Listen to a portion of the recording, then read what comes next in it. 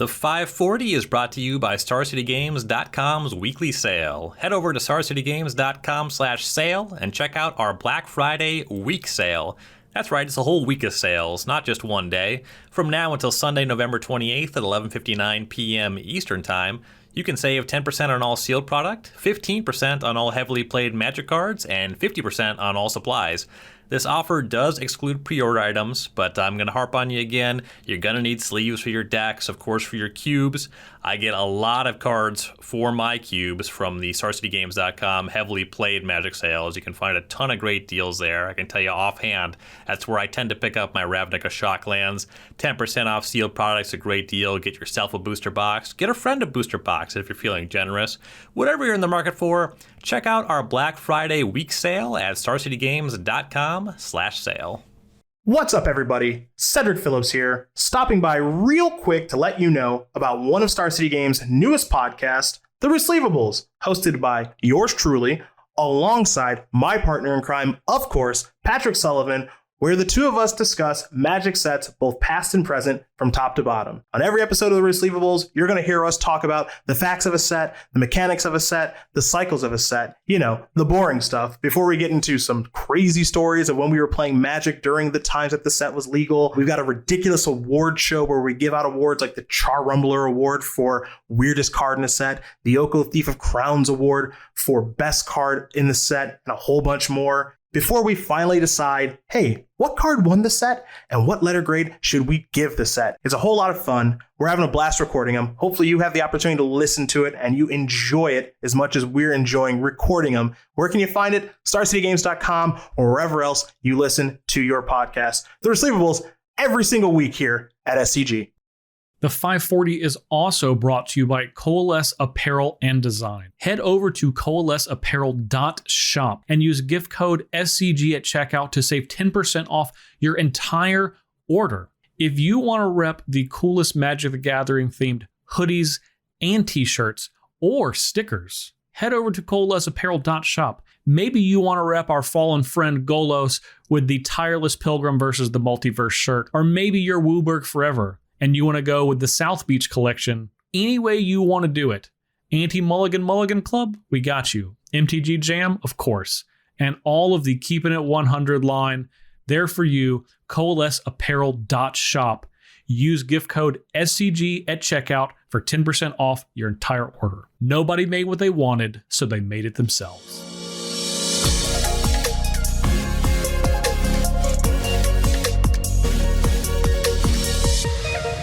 Hello, everyone, and welcome to the third and final installment of our Innistrad Crimson Vow set review here on the 540. I am Ryan Overturf. You can find me at Ryan Overdrive on Twitter. And this week, I will once again be joined by Ryan Saxe. Hey, everybody. I'm Ryan Saxe. You can find me at RC Saxe on Twitter. Yeah, and we have two Ryans again. That is something we don't have a good fix for that to the extent that it is a problem. So you're going to hear progressively more of us referring to each other as Ryan, and we're all just going to have to live with that. That's just a fact of life. Yep. If it annoys you, you can tweet at us, but it probably won't change anything. Ideally, we find a third Ryan, actually, because you want to get to the third power. It's more cube-like. Although then I could imagine us getting confused. Yeah, I think that is definitely a bad threshold in terms of actually recording the podcast and having it be listenable. So we'll stick with two for now. So this week we will be looking at green cards from Innistrad Crimson Vow, and then the rest, your gold cards, colorless cards, and lands. I'll be using the typical set review breakdown here that we use on the 540. We'll be talking about cards in terms of being classic cube cards or custom cube cards. So our classic cards, those are going to be cards that kind of stand on their own merits. You see them in a cube pack and you think, hey, that's just a good card. Maybe I'll play with that one. Maybe you like a different one better. Whereas your custom cube cards are going to be cards that maybe only fit into specific environments, your tribal stuff, your archetypes that require pretty specific synergies. Maybe they can't hang with the generically good cards. They need a little bit of help. And this week, we're actually really long on the custom section. I guess more we're shy on the classic section. But we'll get to that. We'll burn that bridge when we get there. But yeah, so that's what we're doing this week. Ryan and myself, also Ryan. And we're going to jump right back to a commercial and we'll be back to talk about the green cards from Innistrad Crimson Vow. Look, we're all Magic players here, so I know you're probably like me. And you have some extra cards that are hanging around that you would love to sell for cash or maybe trade in for some more cards. Well, if you're looking to sell or trade your Magic the Gathering cards, it has literally never been easier. Visit starcitygames.com/sell. with a 30% store credit trade-in bonus and the fastest turnaround time in the industry. There is no reason to sell to anybody else. We have 4 convenient ways to sell your cards to us. 1, check out our buy list. You can find out exactly what we're paying for each of your cards individually right now. That too much work? Number 2, check out our ship and sell program. Put your cards in a box, tape it up, send it to us. We'll do the rest of the work. Or if you're passing through Roanoke, Virginia, come visit Star City Comics and Games, and we can sit down with a buyer and work out a trade right there in the store. Or if you might be a store and you're looking to offload bulk and you have over 500,000 cards you're looking to sell, we can come to you. Any of the ways that you want to work with us, go to starcitygames.com/sell. That's SELL. Right now for more information. All right, we are back to talk about the green cards for Cube from Innistrad Crimson Vow, starting with our classic card. You might have been tipped off by where this one falls in the alphabet, but our classic green card from Innistrad Crimson Vow is Ulvenwald Oddity. It's a card that I'm actually pretty big on. It's 4 mana, 2 green for a 4/4 beast with trample and haste. And for 5 green, you may transform Ulvenwald Oddity into Ulvenwald Behemoth, which is an 8/8 beast horror with trample and haste. And other creatures you control get +1/+1 and have trample and haste. So this card, the initial reception on Magic Twitter, you saw kind of a lot of historical comparisons. Historical feels like a weird word because Questing Beast is a very recent card, at least in my mind. I had to think about it to make sure it's not standard legal anymore, just barely on the outs. But people have been comparing this unfavorably to Questing Beast, and I can see how that is true in one standard format or another. However, this card is both already seeing play as a 4/of in standard, and I also think there's a lot to like about this in Cube. I actually like this card more than Questing Beast in Cube. It has less total text despite having 2 sides, which you might think, yeah, the card does less, but I think that what it does is more relevant. I don't really care about vigilance, and I do care about really large creatures. 4/4, that's not really large. I'm talking about putting this in my natural order deck. This is something that I'm happy to cast on turn 4. It's not as good at cutting down planeswalkers, but it makes most of the same attacks, and is having that mana sink, having the ability to transform this into an 8/8, and then making your Birds of Paradise, your Llanowar Elves into pretty reasonable threats. And then also just giving anything you cast from that point haste. If this survives, it gets much scarier than Questing Beast. And maybe you are satisfied. You spent 4, you got your 4/4. But in Cube, that ability to go just all that bigger if it does survive, that definitely matters. It's certainly for my money when we're talking about a mono green ramp deck in Legacy or Vintage Cube.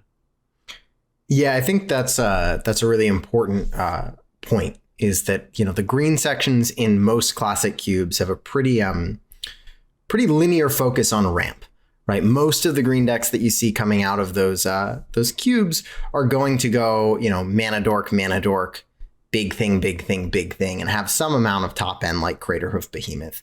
I'm a really, really big fan of cards that are castable but also function as top ends. So Craterhoof Behemoth, great card, great top end for your mono green ramp deck, but can definitely get stuck in your hands. One of the ways those decks lose is if you draw the wrong half of your deck, or all of the mana ramp gets killed, since often it's going to be in the forms of creatures. This is your Craterhoof Behemoth that is also just a good threat, which I love, and I will certainly be interested in cubing this at any sort of classic style cube. The comparison to Questing Beast is interesting because they function differently, where your mono green ramp deck is not all that excited about Questing Beast. It's a fine hard hitter, and it's going to be more excited about Ulvenwald Oddity. That being said, I think that Questing Beast in a more of a, I don't know, I think some people call this Unga Bunga, which is, where you're not trying to like go all the way to the top. You're not trying to be able to have 7 or 8 mana in your green deck, but you're trying to go mana dork on 1, hard hitting 3-drop, hard hitting 4-drop, hard hitting 5-drop.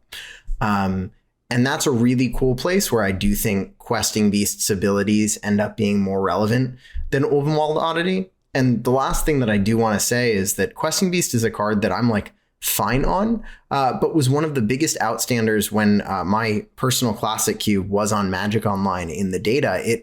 Questing Beast came up to the top performing green cards. And that was very interesting to me. I was not expecting it.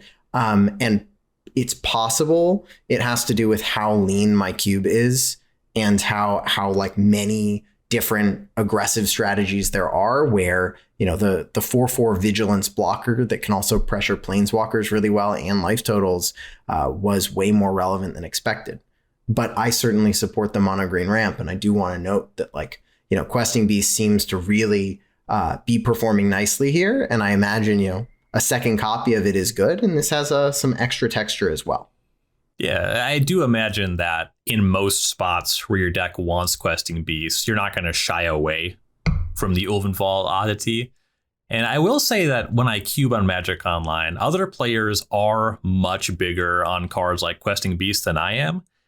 And they definitely fit into the types of decks that you see people try to play safe, is how I'm going to phrase it, where you draft a deck and it's like, okay, well, I'm just going to make sure that my mana is good enough. These are usually players that value lands very highly, and they have a tenable mana curve. And the plan is to cast a reasonable to good spell at every point in the curve. Like Questing Beast, if you are able to make good attacks with it, which you often are, closes the game in 5 turns. So if you just play that card, it's going to do what it does every time. Whereas I have some preference to maybe get a little bit fancy and draft decks that maybe don't do something every game. I like to play Storm and wonkier decks like that. I like to try to go a little bit wonkier. So Questing Beast makes way fewer of my decks. And then in the extreme case with the ramp deck, it also is just much worse than the Oddity. But that is a really interesting point. And I think definitely something about the way a lot of people draft the Magic Online cubes is the mid-range strategies really show up in force. Yeah, I'm in the exact same boat as you. I think we mentioned this, at the beginning of last week's podcast. It's pretty hard to get me to draft a mid-range deck. The closest thing you get me to draft is a mid-range deck is, a Jun deck where my threats though are Tarmogoyf, and it's still very lean and not super interested in playing, 4 mana and 5 mana big boom boom threats. But yeah, it's certainly performing well. And I really like when cubes provide such a diverse experience where I can try and draft combo decks. I can try and draft aggressive decks. I can try and draft mid-range decks. And these kinds of 4 mana green threats like Ulvenwald Oddity, like Questing Beast, they do somewhat bridge that gap between classic strategies and some like mono green ramp and other ways that you can take the green section with these hard hitting 4-drops. Mm-hmm. And so that's it for our green classic cards. What's our first custom card for green? Our first custom card is a card that I'm actually really excited about. It's Ascendant Pack Leader, which is a single mana green for a wolf. When Ascendant Pack Leader, when it enters the battlefield. Ascendant Pack Leader enters the battlefield with a +1/+1 counter on it if you control a permanent with mana value 4 or greater. Whenever you cast a spell with mana value 4 or greater, put a +1/+1 counter on Ascendant Pack Leader, and it's a 2/1. So just, 1 mana 2/1 with multiple forms of upside. Green aggro is one of my favorite things to support in cubes that, can support it. It's often, the way that I'll put it is it's often at odds with the 1-mana mana dorks. But 1-mana mana dorks are really, really, really powerful, and not every cube is going to be best suited to include them. And those that don't can often have a green section with threats like Pelt Collector, and with a +1/+1 counter synergy. And this just fits in so well. I'll say one of my favorite green cards I actually used to in my classic cube, support green aggro. And I used to have Wild Dogs in my cube. Do you know what that card does? It's from Urza's Saga. I believe it's a 2/2. And at the beginning of some upkeep, it's just your upkeep. The player with the highest life total gains control of it. And I think it also has cycling too. Yep. And so it's a 1-mana 2/1. You were close. Okay. But so I love myself like a Jackal Pup in green. So I love this card. And I think any non-rarity restricted cube that is in that sort of space of mana dorks aren't really what you want to be doing with it, and or you have a +1/+1 counter synergy, this is really a slam dunk. So I'm going to quiz you on an even more obscure card. Oh, lovely. Do you know Matenda-Lion? Matenda-Lion. It's from Mirage. I believe I'm going to be wrong. Matenda-Lion. I'm gonna say no. I was gonna throw out a guess, but I now believe that I'm just going to be wrong. So okay, so it's 1 green mana for a 2/1, and when it's unblocked, defending player can spend a blue mana, and if they do, it deals no combat damage this turn. So the flavor is that it's a very thirsty, marginally violent lion. Lovely. And it is not dissimilar to Wild Dogs. Yeah, 1-mana 2/1 with downside, as opposed to a 1-mana 2/1 here with upside. Ascendant Pack Leader, of course, much worse than like Hex Drinker, but that card is a mountain of upside. Right. And like you were saying, for your Pelt Collector, for your Experiment 1, having the 1-mana 2/1, really nice there.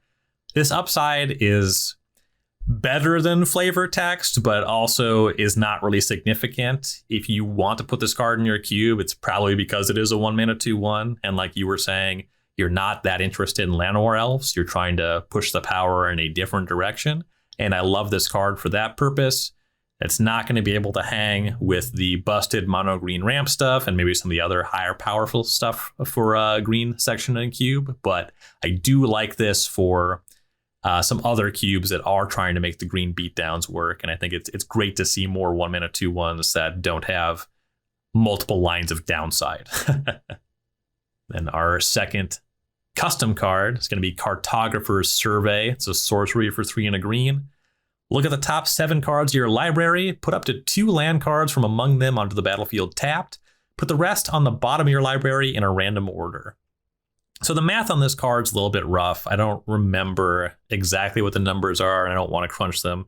Personally, I think that generally this card is like okay if you play 17 lands. Realistically, you want to play a little bit more.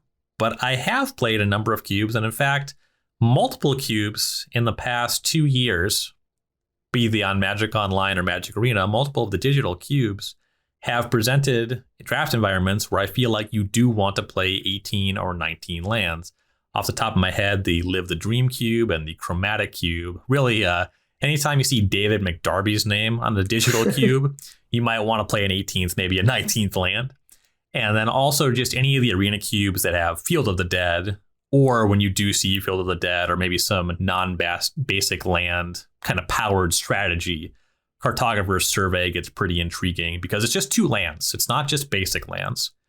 So this is going to really perform well in those Field of the Dead decks, and those decks tend to want some mana ramp anyway. 4 mana to ramp you 2 is something that you will consistently see, and sees a good amount of play. I think is a fairly high pick for those arena cubes. So I like this card for those sorts of environments. Yeah, I guess I see exactly where you would want to push this, right? At the higher echelon of power, it's just too inefficient. At with cubes that are trying to let you play more expensive spells, things aren't as lean. It's not using as many powerful cards, but there's still a ramp strategy. I guess a classic ramp strategy, and I don't mean that in terms of classic cube, but just, where you're ramping to something big, there are more 4 mana double ramp spells than you need, and they're all more consistent than this one, right? Because they always ramp you 2, and this one you can brick. And this has the opportunity to shine in its ability to get you any land, as you said it, sort of with Field of the Dead. My question for you then about this card in those cubes is, how many things like Field of the Dead do you really need to entice you to play this card over the other, 4 mana double ramp spells out there? So I think Field of the Dead is the big box. I am specifically looking for that card. And then ideally, at least one cycle of lands that do more than mana fixing. If I'm finding creature duels with this, I'm pretty happy about that. Maybe your cube uses temples. That's not great, but just something that's a little bit more than fixing mana. And I think that the kind of cube that would support Field of the Dead would naturally be pushed in that direction anyway. So that really is the big one that I'm looking for. Got it. That makes a lot of sense. All right. Our next card is Cemetery Prowler, part of that mythic cycle that exiles cards from the graveyard. It is 3 mana, 1 GG for a wolf with vigilance. When Cemetery Prowler enters the battlefield or attacks, exile a card from a graveyard. Spells you cast cost 1 less for each card type they share with cards exiled with Cemetery Prowler. And it's a 3/4. So I love this card. It's sort of the classic. I mean, so 3 mana, 3/4 vigilance at base, which is already like, if you're casting that card, particularly in a non-classic environment, it's just a good rate for its cost. But it also can provide so much more than that. It can provide a little bit of ramp, a little bit of disruption, kind of a Swiss Army knife type deal. I'm excited about this whole cycle, as I said last week, in cubes with graveyard synergies, because I think one-shot graveyard disruption is awesome when your graveyard is a resource. But I can also see this having a really nice home in different kinds of combo cubes where you can really leverage the ability to make a certain card type cost 1 less. One of the really exciting parts of this in combo cubes is, I think, having a 3 mana 3/4 is important in those types of environments. You don't want nothing to end up on the board and then everybody's just kind of holding cards in their hand and waiting until they can go off. There's no pressure to do anything. Having cards that help push forward certain strategies that have forms of disruption, like this has Graveyard Hate, but also provide some form of a clock, help keep those games at a reasonable pace, as well as interesting. Now, I say that not to mean like the most unbelievably busted combo cubes, because those you're going off on turn 2, turn 3, and you don't have time for a Cemetery Prowler, but something a little bit more lower on the power scheme where there's a lot of combo, a lot of graveyard stuff, but you still need board presence. And like the other Cemetery cards, just kind of a nice piece of a little bit of Graveyard Hate for graveyard cubes. We love to see that. And this is just like a totally reasonable card even for a mid-range environment. I mean, 3 mana, 3/4 vigilance. If you're excited about Questing Beasts, I think that you probably are at least a little excited about this card, right? I mean, it's not on that level, but it is a pretty chunky body for not that much mana. And then if you're trying to cast 5 and 6 mana creatures as well, getting that little discount there, that's going to be pretty significant for those mid-range battles. Our next custom card in green is Crawling Infestation. 2 and a green for an enchantment. At the beginning of your upkeep, you may mill 2 cards. You don't have to. I have cubed with a number of cards that force you to mill every turn. So that's where the bar is set. And then whenever 1 or more creatures are put into your graveyard from anywhere during your turn, create a 1/1 green insect creature token. This ability sadly triggers only once each turn. So it is notable that if you have some kind of sacrifice thing going, if you're expecting to trade in combat, you can choose just to get your 1/1 that way. You don't have to be actively milling. This kind of helps a little bit with sacrifice themes, kind of helps a little bit with kind of a self-mill theme, maybe something like Delirium. I will say at 3 mana, only going off once a turn, only on your own turn, not a very high power card, but maybe a rarity restriction. I think certainly a cube that is trying to be like an Innistrad retail limited cube, this kind of card does add to that environment. Like this is very Innistradian to me. Yeah. Yeah, for sure. I see this as a piece of redundancy, particularly for either rarity restricted cubes or lower power cubes. Something like if Nyx Weaver is a gold card you're excited about putting into your cube, maybe Crawling Infestation goes alongside it.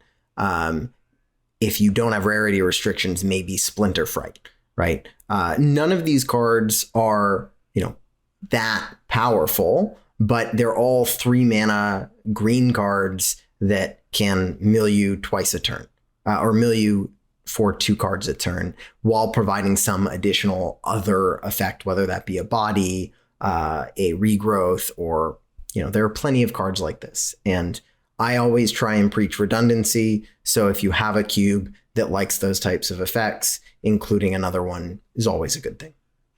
Definitely. Our next card is Cultivator Colossus, which is 4 green, so a whopping 7 mana for a plant beast. Has trample, which you like to see on expensive cards. Cultivator Colossus's power and toughness are each equal to the number of lands you control. When Cultivator Colossus enters the battlefield, you may put a land card from your hand onto the battlefield tapped. If you do, draw a card and repeat this process. Reading this card is so funny because you're going through it and you're like, all right, great, bulk mythic, we can go to the next one. And then you hit that last line of text and your brain starts like, the cogs start like turning and seeing if there's anything that can like click into place to make this card, reach some unbelievable ceiling of drawing your deck, and you have all 17 lands into play. And now you have the 17/17 trample. Maybe you have a way of getting, what is that? Do you remember the name of the modal double face card that's Fling? Oh no! Right. Well, I don't think I'm going to be able to get it. There's a land. There's a land that's Fling, and you have this in a cube that has bounce lands and these modal double face cards, and you're going off, and the bounce lands, they all trigger at the end, bring this Fling back to your hand, and you fling this to the opponent, and you win. And that's super exciting. This is the kind of card. So right now, I've talked to you about this a little bit, but I'm working on this convoluted combo Tubert.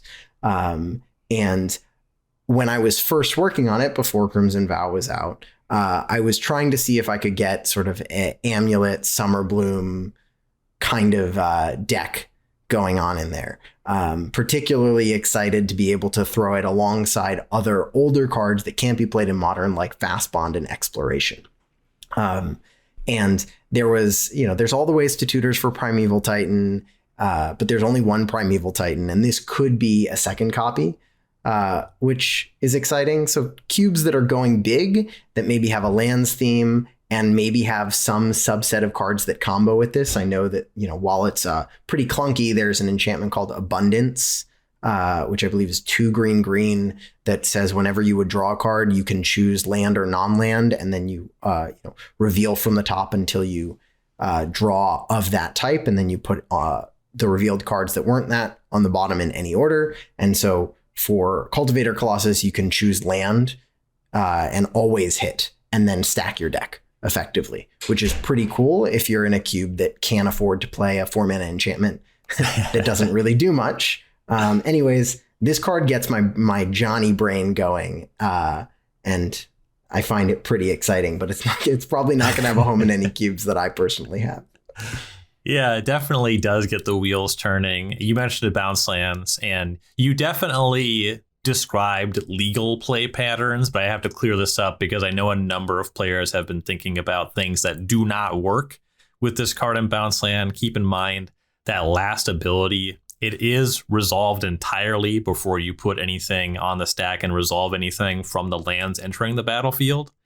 So you can't just keep putting the same bounce land in and drawing a card. So keep that in mind.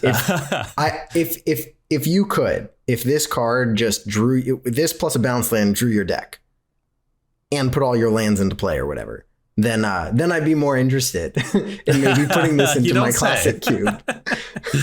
Look, I've wanted to put bounce lands just for like infinite combos with Fast Bond in my classic cube for a while, but I never end up doing it just because they're so slow and so punishing, particularly in any format that has Wasteland. Yep. The people are playing this card in some numbers in Modern Amulet Titan because it still just is gigantic, if you're playing a lot of lands. And that's the other thing I want to emphasize.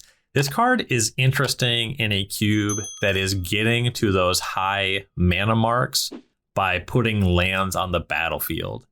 The more your fast mana takes the form of creatures tapping for mana, artifacts tapping for mana, the less intriguing this card is. This is actually going to be very similar to the notes I had about Cartographer's Survey.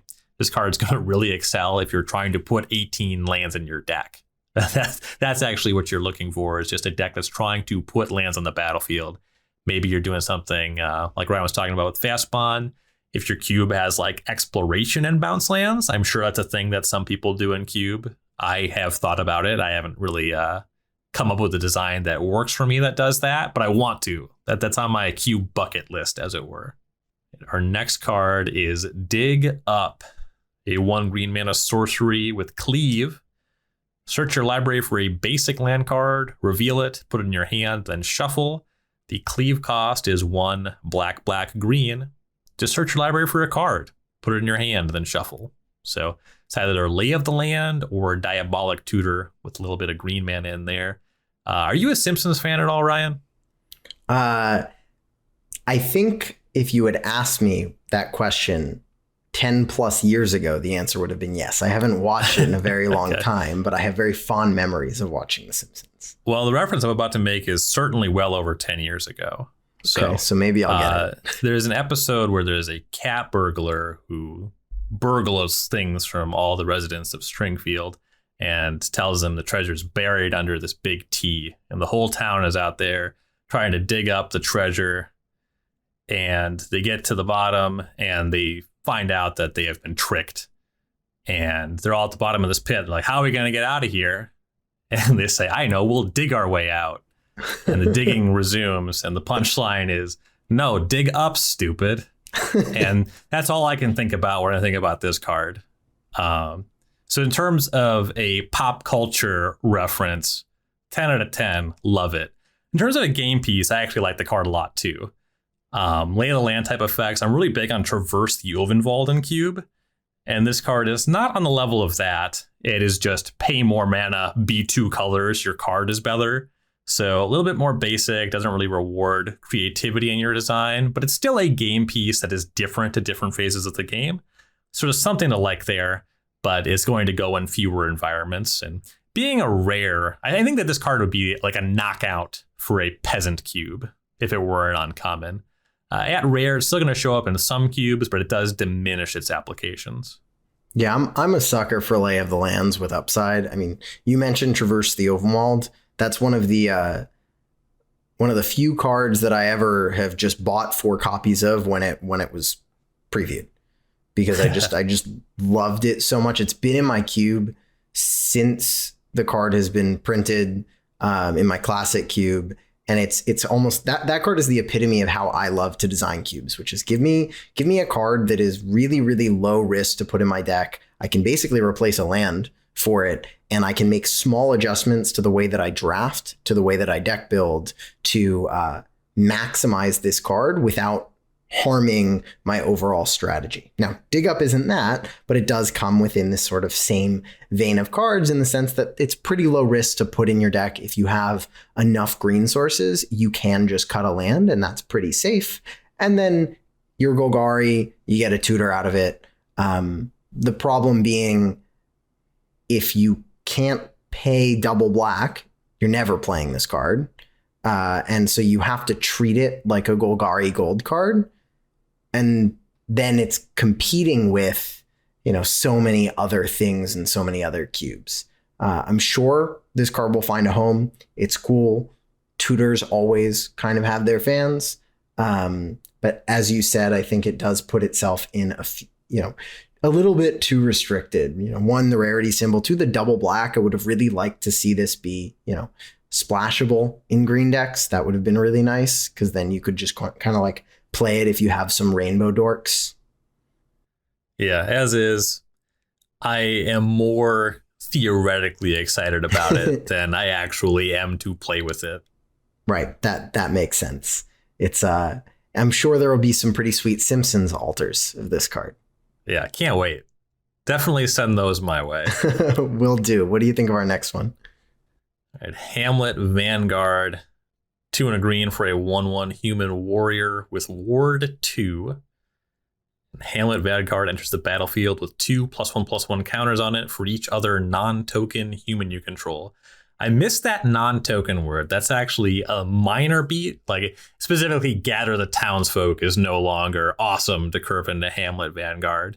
But you still have the possibility to have like your Champion of the Parish, maybe Noble Hierarch, into 1 or 2 more humans on turn 2, into a real big Vanguard with Ward on turn 3. That said, if you don't have other humans, this card is horrible. If you only have 1 3/3 Ward 2, there's plenty of stuff you can do better with in terms of green 3-drops. So this is going to be a pretty specific environment. You have to go really hard on humans, and then you have to like want your players to be looking to make these giant creatures. So really specific, but definitely is going to get some people's Timmy excited. Your Timmy Tammies, just thinking about how big you can make this Vanguard. Yeah, it's it's certainly big. I had an opponent in Limited this week play like a 9/9 on a board that, I certainly couldn't answer a 9/9 with my red-green deck. And it was a big problem. But I love this kind of card for cubes that are trying to be more like a retail Limited experience. It's if you're cultivating a human sub-theme in a lower powered cube that's supposed to feel more like Limited, this is a great example of a rare that can push an archetype or a subset of archetypes, particularly if you have humans seated in green generally, which you can certainly do. There's humans across the whole curve in basically every color, and get a reasonable reward that doesn't just end a game of Limited. Yeah, the retail environment there, that's actually a really good point. And humans, of course, being very prevalent on Innistrad. It's one of those beatable rares, which are more compelling. And it's also kind of a story card. I mean, you just had a story about it. Like, I played against that card once. It was a 9/9. It was a problem, But it's not that way every time, which is kind of cool. Right. All right, what is next? All right, next we have Howlpack Piper, which when I read the name, I basically knew what it did before I read the card, which doesn't happen very often. But it's 3 and a green for a human werewolf. This spell can't be countered.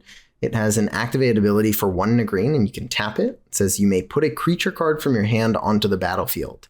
If it's a wolf or werewolf, untap Howlpack Piper. Activate this ability only as a sorcery. Howlpack Piper has Daybound, and it transforms into Wildsong Howler, which is a werewolf. Whenever this creature enters the battlefield or transforms into Wildsong Howler, you look at the top 6 cards of your library. You may reveal a creature card from among them and put it into your hand. Put the rest on the bottom of your library in a random order. And it's a 4/4. So this is a slam dunk for any cube that has a wolf or werewolf theme. So that's certainly there. But I also love it as a redundancy piece if you're really going down the Elvish Piper route. I know quite a few people who have cubes that try and really facilitate macro strategies of, here are the things that you can do, and you can always do them. You don't have to worry about drafting a deck that might draw the wrong piece, or it may need to be constructed a little bit differently because you only have so many payoffs and so many enablers. They go all the way home, play every variant of Elvish Piper, and I imagine this card will find a home there. It's nice to have a piece of card advantage alongside it where you can use it and then, potentially just flip it, get another big creature to maybe even put in if you can double spell and flip it back. I will say that this card would make my mono green decks in the Magic Online Vintage Cube sometimes. Its value over replacement as a 4-mana green card in that cube is pretty low, I'm just saying it's a big cube at 540 cards. I would play it sometimes. And it's nice to put your 8-drop in for 2 mana off the activated ability, your 4-drop. Maybe they'll put it in that cube. Maybe they won't. I don't know. That's not my call. But I would play it sometimes. Well, yes, but I think actually, I'm not actually sure if this is true. Let's say you're talking about not a deck that's built around the ability to cheat creatures into play, but you're talking about a mono green deck. What card do you think is better? This card or the classic Elvish Piper? I think that this card is better than Elvish Piper because the ability to transform it, like that is obviously not the case you're trying to play the card for, but I don't think 1 mana or 2 mana matters at all. 1/1 versus 2/2 doesn't matter that much, but the backside to maybe find you something else to do, the fact that this card in some cases generates card advantage, means that you'll play that game sometimes. I just want to double check about Elvish Piper. Yeah, so I agree with you on the 1 versus 2 mana for this ability probably doesn't matter all that much. Elvish Piper can be used at instant speed. Exactly. Sure. That is the one thing. I'm going as soon as you let me. I'm trying to put in an 8 mana thing that destroys your lands like a Terastodon. Right. Okay, well then you could certainly put this in a classic cube. I wouldn't call it a classic card, right? Because there's quite a lot that would go before this. I think maybe even a few years ago, one of the sections in cube, not that you have to have a certain amount of cards at each color at each point of the curve, you don't, but it's, you want decks to be able to have a reasonable curve. So you don't want to completely disregard, green 4-drops, for example. And historically, green 4-drops have not been very good. So there's more room maybe to mess around with a Howlpack Piper and see how it plays. I don't know if, then again, my green decks, I tend to shy away from mono green ramp, not because it's not good, but because it's just not the kind of Magic that I tend to enjoy. Yeah. Well, if I open a piece of power, I'm definitely not looking for a green card pick 2. The idea of green is like, I can play green cards when I don't have Moxen. that's the role in Vintage Cube. Right. And I'm looking for this card less than Ovenwald Oddity because that card actually plays in decks that aren't just ramp decks. Mm-hmm. I'm just saying I'd play it some of the time. And I kind of would carry that forward to say, this card is definitely going to be good enough for a lot of cubes if it's a consideration for them. Sure. Right. Our next card is Nature's Embrace. It's an aura for 2 and a green. Enchant creature or land. Of course, does something different depending on the permanent it enchants. As long as it's a creature, it gets +2/+2. As long as it's a land, it has tap, add 2 mana of any one color. So the 3 mana aura that makes it so enchanted land taps for 2 instead of 1. This is kind of like a cubable card for lower power environments. Like maybe you care about enchantments. Maybe you don't like Kadama's Reach, or like you're doing something else with the permanent. Some of these other 3 mana auras do give you something like a clue or 3 life when you play them. And then specifically to care about this sometimes being an aura that gives +2/+2, I'm thinking about a Pauper Cube. You put this, maybe your green section, you have some of the beefier hexproof creatures like 4 mana, 3/3 hexproof, things like that, that sometimes you're going to want to play this as +2/+2. Other times you want to use this as a ramp spell and start casting your 5, 6, etc. Drops on the curve. And I definitely think that this has a pretty good shot at making a lot of Pauper Cubes. Yeah, that's actually really interesting. Because when I initially read this card, right, as you said, the 3 mana enchant a land to add 2 mana of any one color. We've seen this card. I don't know how many versions of it, but there got to be at least 5. I know there's one that, gains 3 life. There's one that makes a clue. I think there's also one that gains 2 life. One that gains 2 life. There's a bunch. And to me, generally, when I think about what I want in my ramp decks, a card or life is probably seemingly more value to me, right, than +2/+2. But as you put it, right, if there are in these lower power cubes hexproof threats, if there are enchantment sub themes as well that like have, you know, creatures that really like to be enchanted in those decks. I could see this being a nice swap to provide a bit more sort of diversity with this one card slot, which is pretty cool. For sure. All right, our next card is Reclusive Taxidermist, which is 1 and a green for a human druid. Reclusive Taxidermist gets +3/+2 as long as there are 4 or more creature cards in your graveyard. It has the activated ability to tap and add 1 mana of any color, and it is a 1/2. So this is kind of the new Werebear. Werebear basically being the same card, except it taps only for a green. It's a 1/1, and it gets +3/+3 if you have 7 or more cards in your graveyard. Now, 7 or more cards in your graveyard is going to generally be an easier threshold to hit than 4 or more creature cards. But at the same point, you get a better body for your cost. It's a 1/2 instead of a 1/1. And it taps for 1 mana of any color instead of just green. Actually, I think the 1/2 is more important than a lot of people would give it credit. Thraben Inspector is, you know, that second point of toughness matters so much for lining up random double blocks or being able to attack through spirits or anything like that. I really like this card. It's, you know, not going to make the highest power, you know, cubes, which is why it's in the custom section. But it's awesome for any graveyard oriented cube that's already playing Werebear. Get a second one in there and be really excited about it. I'm sure plenty of peasant cubes will be really happy to have it. Definitely. And that is the one big difference. Werebear is a common, you know, in terms of cubes that can be included in. So you'd be going up to peasant or non-rarity restricted for this one. I agree that 4 creatures is definitely harder than just getting a threshold. If you didn't know, Werebear is also a human. If you have an Odyssey common copy, you might not have any idea. But it was reprinted, I think, in Eternal Masters. That's when things could only have one type, right? They could have multiple types, but I don't know what the break, because there's like a card in Odyssey block that was printed with 3 creature types that has 4 now. Okay. Satan Scout. I'm pretty sure that's what happened there, but yeah, it became a human. They for some reason when they printed it, they said it has to be a human or a bear. It can't be both.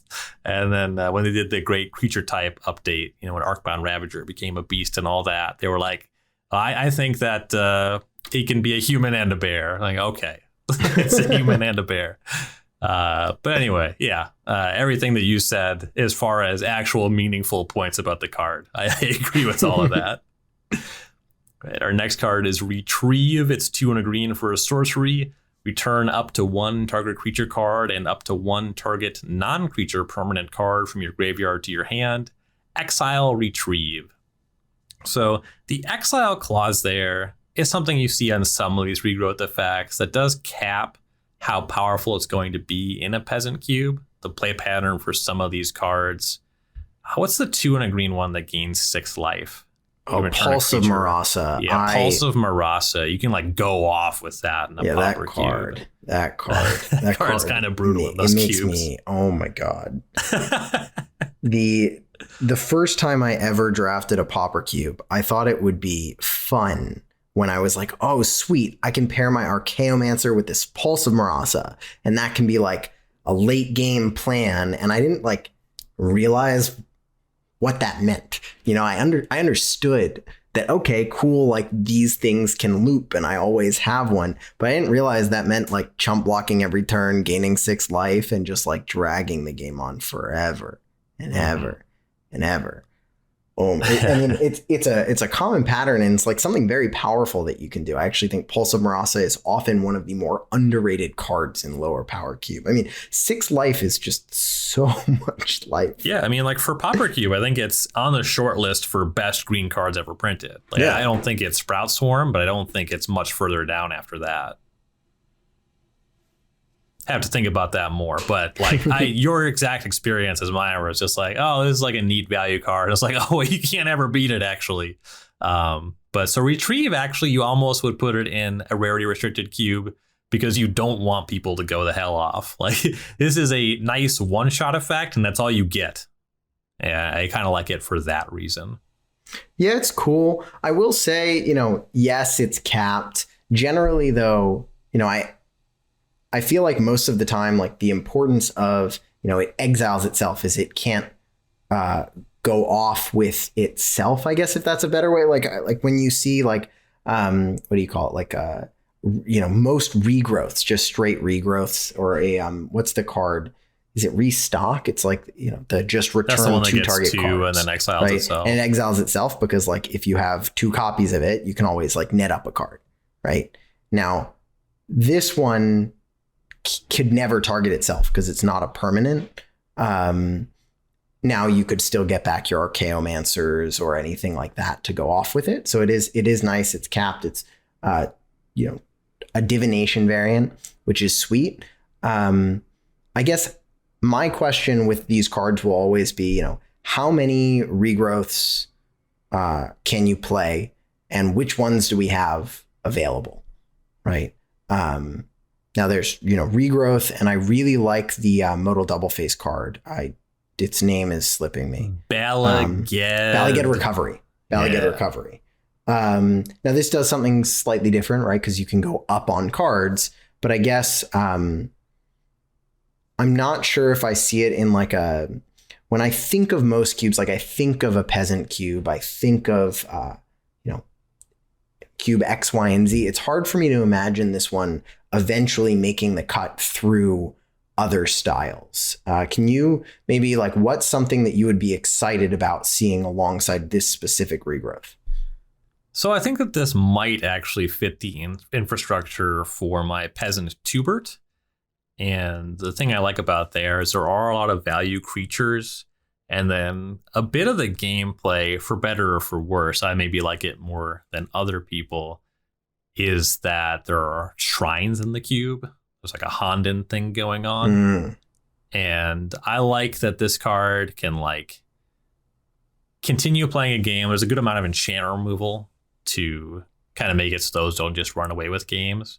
Like having this regrowth that can get you a creature and a shrine.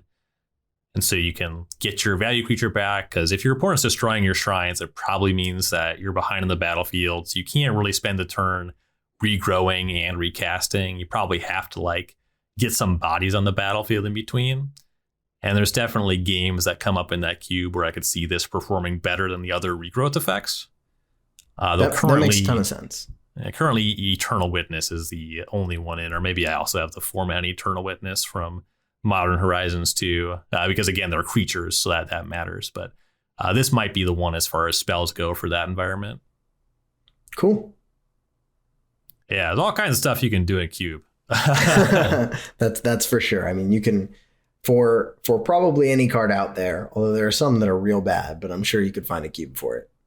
If if you can't, you can always have, the cube for cards that there are no cubes for. Ooh, yeah. So our last green card is Rural Recruit, which is 3 and a green for a human peasant. It is a common. It has training, which is a mechanic from the set. It says whenever this creature attacks with another creature with greater power, put a +1/+1 counter on this creature. When Rural Recruit enters the battlefield, wow, this name is hard to say. Create a 3/1 green boar creature token, and it's a 1/1. Right. So the idea is it's a value creature in the sense that you spend 1 card out of your hand, you create 2 bodies, although one of them is a 1/1, but that 1/1 has training. So if you get the opportunity to attack this trainer alongside its boar friend, it gets a little bit bigger.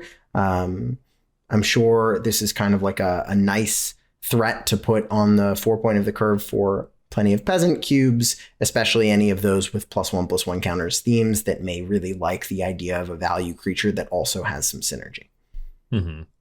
And also, if you got a blink theme going on, another thing to blink. Not that the list of options that already exists is short, but you do want to have a lot of options for that.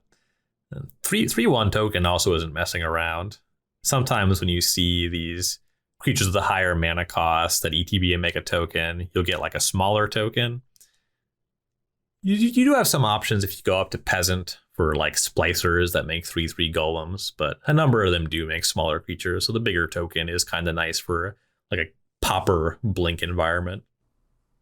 Yep. I mean, that's it's always nice to have cards that overlap in different synergies, right? Right. Like you could take maybe a worse, you could think about this card as, maybe there are other green, 4-mana creatures that are just generically better than this for some cube, but this particular card, we don't care about it being generically better. What does that even mean? We care about the context of the cube and, most importantly, the experience drafting the cube.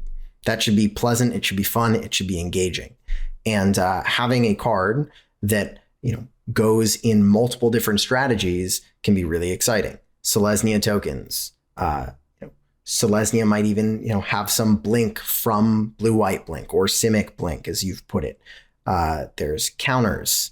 There could be, some Golgari sacrifice theme that just also has overlap with the tokens that cares about multiple bodies. Mm-hmm. I'm always looking for cards like that. And like you said, that is our last green card from Innistrad Crimson Vow. Anything else regarding green in the set that you'd like to go over before we move on to gold and the rest? No other cards. I'll say, it's interesting that there were multiple cards that made us think about just like generic lands themes. And lands is something that, I always kind of have my eye on. I tried it out in my classic cube, like the lands archetype with, Dark Depths, Field of the Dead and stuff a while ago. Didn't like it so much. But as we're getting more and more, I'm going to start kind of revisiting lands, not just in kind of any cube, right? Like I think you mentioned you've wanted a cube where like exploration could be like the thing that green is doing for a while, but you've never gotten to it. And I feel like, 3 years ago, it was impossible to get to, but at every set, there's like one more thing. And we're kind of encroaching on that, particularly with like, seeing things like Cultivator Colossus and come up. Yeah, for sure. Maybe it's time. But yeah, we're going to move on now to gold and the rest after a quick break here. Hey, let me ask you something. Do you like value? Look, no need to answer that. 1, I can't hear you. 2, I already know that you do, okay? You're a Magic player, 1. 2, you love Cube. That's why you're listening to this podcast. Well, the only thing that's better than listening to this podcast for free is becoming a Star City Games premium member. For $7.99 a month, you get exclusive access to Magic the Gathering content from some of the best writers and creators in the entire game. And on top of that, you get 5% off of all Magic sealed product, 10% off of all Magic singles, and 15% off of all supplies. And yes, that includes sleeves, deck boxes, the works. If you love value, and I know you do, go to starcitygames.com/join-premium. Star City Games Premium, $7.99 a month. Get that value right now. Welcome back to the final leg of our Innistrad Crimson Vow Cube review here on the 540. We are at the rest, as it were. We've done green, already did white, blue, black, and red. So now it's gold cards, lands, and colorless cards. And we'll be starting with the classically powerful cube cards. And there's more than one card, but there's only one entry here.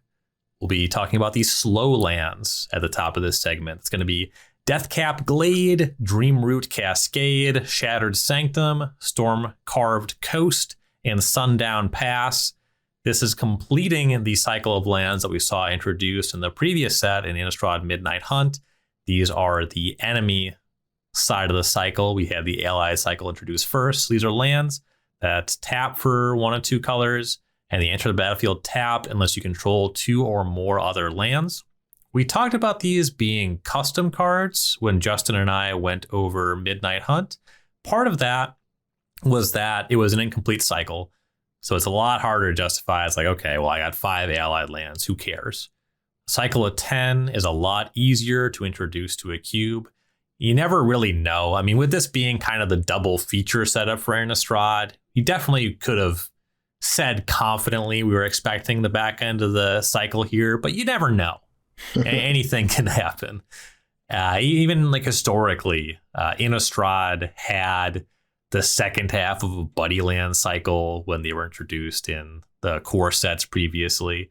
But anyway, we have the full cycle now. The first 5 actually went into the Midnight Hunt curation, like the update to the Magic Online Vintage Cube. So I've had some opportunity to play with them there. And I liked that they were lands that would make my deck that would usually wheel. So they're obviously not as powerful as fetch lands, shock lands, dual lands. And for me, that's great because I don't want to pick lands very highly. So these are going to be in a lot of my digital cube decks. And I have been thinking about them more. I also would generally say that I am more interested in fast lands than slow lands, your Copperline Gorge type lands. Part of that is that 2-color lands that enter the battlefield untapped on turn 1, really important for aggressive decks. But what these lands do, I think that I would rank them higher than those buddy lands, than your Sun Petal Groves that require a basic land type to enter on tap, just because if these are your third land, no matter what else is going on, or any land after your third land, they do just enter untapped. So they're going to be really good mana fixing for 3 or more color decks, and they totally play in your 2-color decks. You won't always have your best play online in turn 1 or 2, but I have come to like these more than I initially did. So I haven't played with them. I unfortunately haven't gotten the opportunity to play much of the Magic Online cubes in the last month or so. So take what I have to say again with a grain of salt then, since I probably am where you were initially. I like when my lands come in untapped. It's a hard sell for me to be fond of a cycle of lands that aren't always coming in untapped. I like the pain lands more than a lot of people do because they're just always coming into play untapped. And so I'm not huge on these. I do agree with what you've said about what are they? The check lands, in the sense that the only space in which the check lands can be better is exactly turn 2, right? And that's a very specific window. You have to have it be on and have it in your hand, for your turn 2 land play. And then, yes, the check lands are better. And I think that's going to happen less often than those check lands coming in tapped on turn 3 or turn 4 even. So I like them as a land cycle. I think it's always, great to have more lands in different cubes, but I don't see myself putting these in any of my cubes, I guess, if that makes sense. Yeah, definitely. And then I just have 2 follow-up points. I guess the one is the land cycles, just in the ones that I mentioned, are clearly better than these. Even if you just leave it at fetch, dual, shock, we're definitely at least talking about a larger cube. Right. They're not cutting into the front of the line for a 360 card cube. Yeah, but I do think that they are good enough to just show up and you say, oh yeah, that's a land and it's good in a 540 card cube. I'm glad that you mentioned pain lands because I know that you value them much more highly than I do. And that's something that maybe we'll have like a debate show while we have you co-hosting here. But we don't need to get into that there. I like these lands better than pain lands. Ryan likes pain lands more than them. I am also Ryan, but I'm a different Ryan with a different opinion. But anyway, that's all we'll say about that for now. Let's get into our other cards. All right. Our first gold card will be, if I'm pronouncing this correctly, Angie, Maid of Dishonor. Which is 4 mana, 2 black, red for a legendary creature, a vampire. Whenever Angie, Maid of Dishonor, and or 1 or more other vampires enter the battlefield under your control, create a blood token. This ability triggers only once each turn, and a blood token is an artifact with 1 tap. Discard a card, sacrifice this artifact to draw a card. Angie also has the activate ability of 2 generic mana and sacrifice another creature or a blood token. Each opponent loses 2 life and you gain 2 life. And Angie is a 4/5. So this is kind of another theme of just we're starting to see these cards be just good rates for their cost. This is a 4 mana 4/5 with all upside. Awesome, right? You cast it, even if it isn't necessarily doing exactly what you want it to do. It's not bad. You're putting a good solid body with an impact on the battlefield. I'm a huge fan of blood in general. I think cubes always are looking for discard outlets. Often you care about the artifact. I mean, one of the things that someone said to me that really made blood in how it impacts like limited games click in my head is if you have access to a blood token, every card in your hand has cycling 1. Mm-hmm. And so while this isn't, a classic card, it's just kind of not good enough of a rate. Any cube with sort of like particular vampire synergies or just like a limited cube, this is a beatable bomb, but it is a bomb. It's quite good. You have a sacrifice theme. You want discard outlets, graveyard theme in a lower powered Innistrad level limited environment cube. This is going to be a really great home for a card like Angie. For sure. Then vampire being a relevant creature type, more relevant all the time. Certainly this set added some of that. And then, of course, vampire and blood being pretty intertwined in the design here. So you're going to get even more synergies. Yeah, the stats are good. They're just not great. We're not setting any records. 4 mana is a lot for a classically powered cube.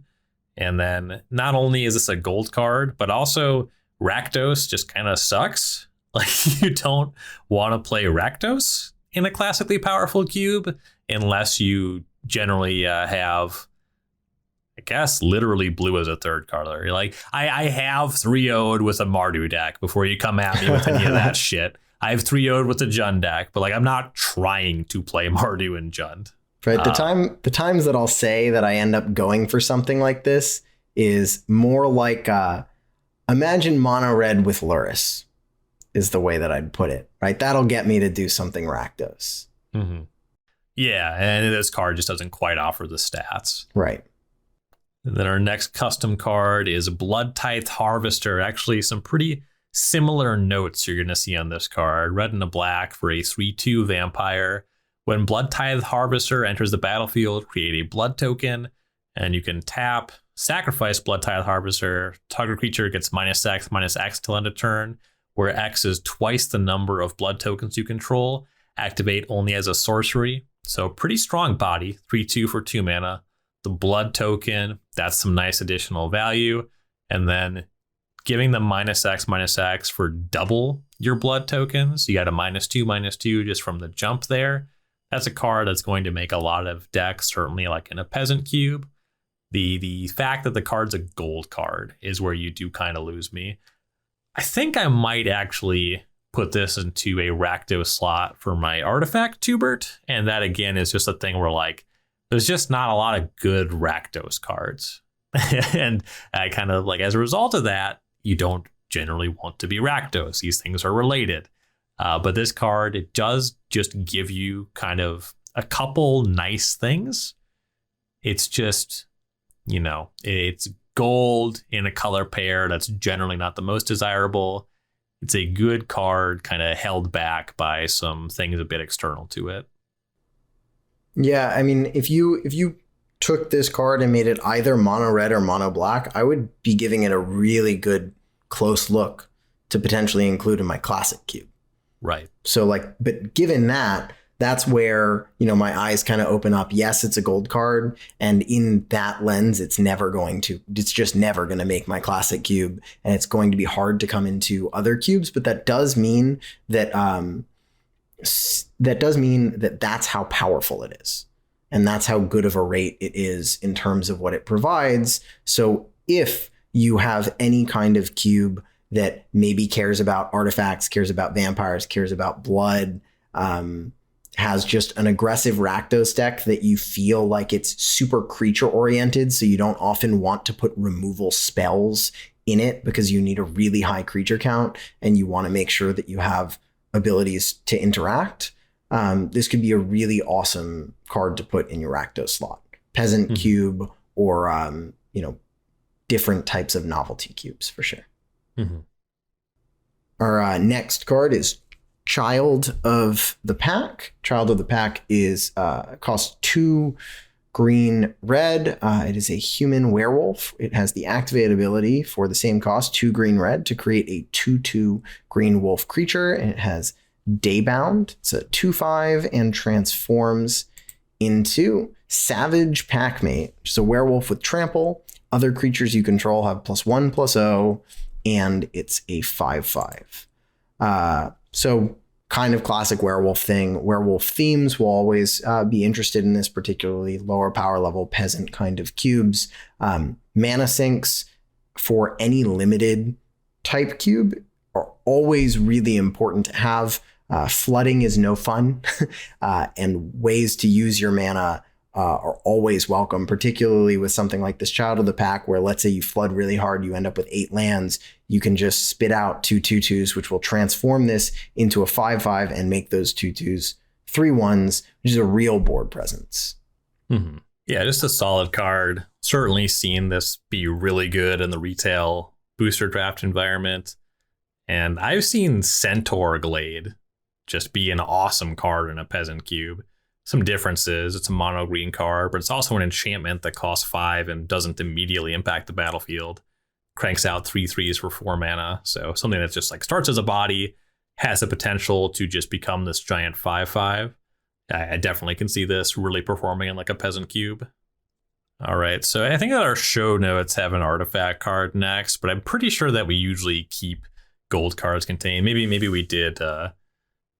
No, we had the lands at top, but it was classic into custom. So anyway, now that I've talked way too much about what I'm going to do, it's time to do it. I want to go to our next gold card, and that is Edgar Charmed Groom. 2 white black for a 4/4 legendary vampire noble. Other vampires you control get +1/+1. When Edgar Charmed Groom dies, return it to the battlefield transformed under its owner's control. Transformed into Edgar Markov's Coffin, a legendary artifact. At the beginning of your upkeep, create a 1/1 white and black vampire creature token with lifelink and put a bloodline counter on Edgar Markov's Coffin. Then if there are 3 or more bloodline counters on it, remove those counters and transform it.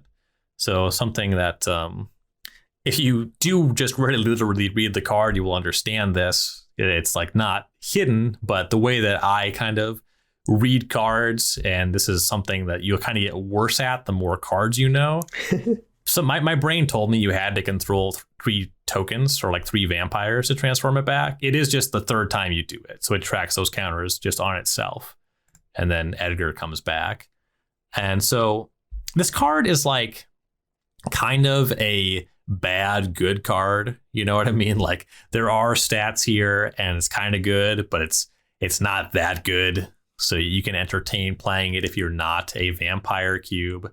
I think you really are going to be looking to put this specifically into cubes that do care about vampires. I would like to see a little bit more support in white. Maybe you'll go back to Ixalan. That's really the only set that we've seen very many white vampires, not a ton of support there. This is a card that some people, I've been playing against people in Arena playing this in standard, like in decks that are not vampire decks. And my deck has Time Walks and dragons that make mana, and it's embarrassing for them. So again, it's like a bad good card. I do not recommend this as a card just to put in your black-white section but I do think it is a very nice vampire card. Yeah, this card it suffers from a very, what's the best way to put it? Novel problem, uncommon problem, like something that is irrelevant for evaluating most kinds of cards for Cube. But as you've said, it's like a good bad card, right? It's not good enough to be classically powerful. It does some interesting things. Different kinds of sacrifice synergies can like it. Token synergies can like it. Vampire synergies like it. The problem that I have with it is the types of cube where this style of card can have a really nice home are also the types of cube that may end up very, very frustrated by the fact that this creature doesn't die. Right? Like at least I've already had the experience in limited against this card where like it doesn't, like if you don't have an exile based removal spell in your deck, there's just no way to get it off the board. And then it sits there as a 4/4, you know, it'll trade or it'll chump, and it can chump forever. And it's just like not, I guess the lower the power level you get, the more annoying and or potentially not fun the play patterns become, right? Like when you're in a cube that isn't going to be able to play something like a Time Warp because it's too good, or other types of cards because they're too good, that ends up making this card better, which could make it a really good fit. But I'd be looking out, if you're going to include this, to make sure that you have the right suite of interaction to avoid the unkillable threat type card. Yeah, definitely. And there's also something that cuts both ways there. Yeah, part of the problem with this card for a classically powerful cube, it's like, oh, you paid 4 mana for a creature and I have Swords to Plowshares. Right. Right. So somewhere in the middle is where you're trying to land. Right. Yeah, it needs to be answerable, but, you know, maybe not so efficiently. Right. All right. Our next card is Aruth, Tormented Prophet, which is 1 blue-red for a legendary creature, human wizard. If you would draw a card, exile the top 2 cards of your library instead. You may play those cards this turn, and it's a 2/4. So you never get to keep the cards in your hand, and this affects your draw step too, which is like a nice flavor, you know, of blue and red, right? That's like the classic red card draw, right? It doesn't go into your hand, and you need to use it immediately. It's a great way of churning through your library. I mean, I'm a really big fan of Burgi, specifically the back half of the horn, being able to like discard a card to exile the top 2 cards of your library. I'm trying to figure out like where would I be excited to play this card. There was a recent blue-red gold card that was a rare that was like whenever you discard a card, draw that many cards. And I imagine not that they go in similar cubes, but it's the same kind of idea. Maybe a blue-red deck that's about churning through the library. But do you have any ideas on how you would optimize or make this card really exciting in a cube? Yeah, so I would be really in on this card if this ability was a May. You are right. Like the fact that it's just every card you draw does really push back against the card. The spot where I think you might be interested in this card is where you have a cube that is not necessarily pushing blue or red to their normal power level extremes, but is still doing some blue and red things. So you're red, that means there's going to be some burn spells. Maybe they look more like shock than they look like lightning bolt. So you're not just overwhelming people that way. And then maybe your creatures are less efficient, so there's more room to play this 3 mana 2/4. And then the more important thing is your blue cards aren't like drawing a bunch of cards. You're not playing like Thirst for Knowledge and some of those classically powerful blue draw spells. I mean, you could do some filthy stuff if you cast Brainstorm and controlled this card. Maybe there is like a really powerful storm deck you can cook up in a more powerful environment.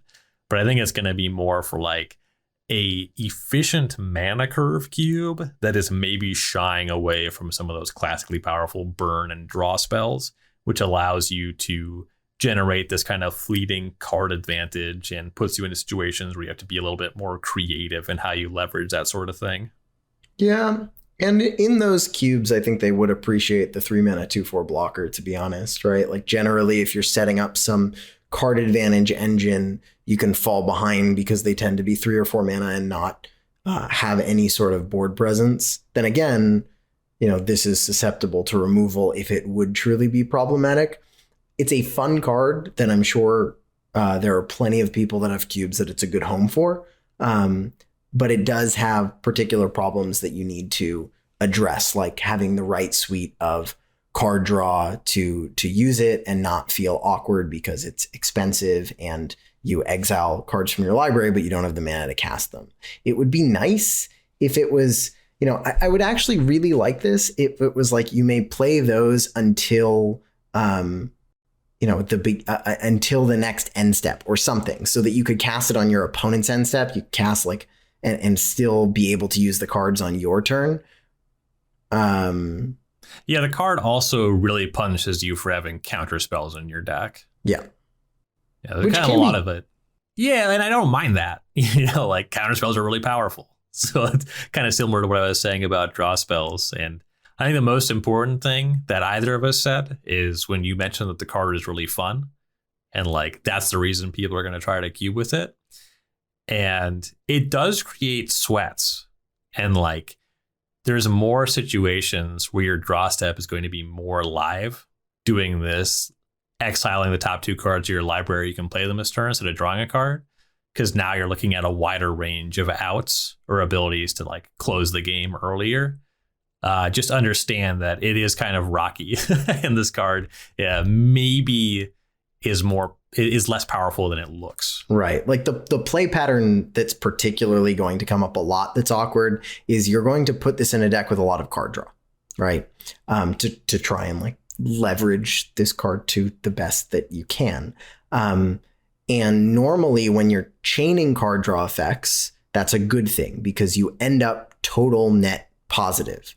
But here, if I spend 2 mana at a chart of course, and that chart of course shows me 4 cards, and within those, like there's a ponder, right? And I cast the ponder, and that shows me an extra 2 cards. I've spent 3 mana. Like now I have other cards that I could, like, rather than being potentially up cards on this exchange, right? Yes, I've seen whatever it was, 6 cards from this.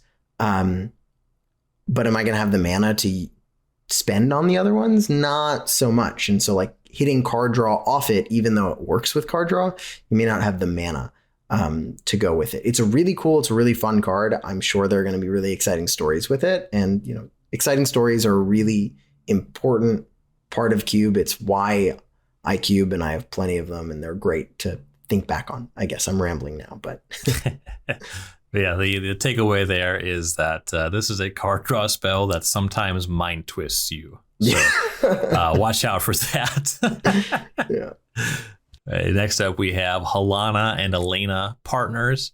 2 red-green for a 2/3 human ranger, a legendary human ranger at that, with first strike and reach.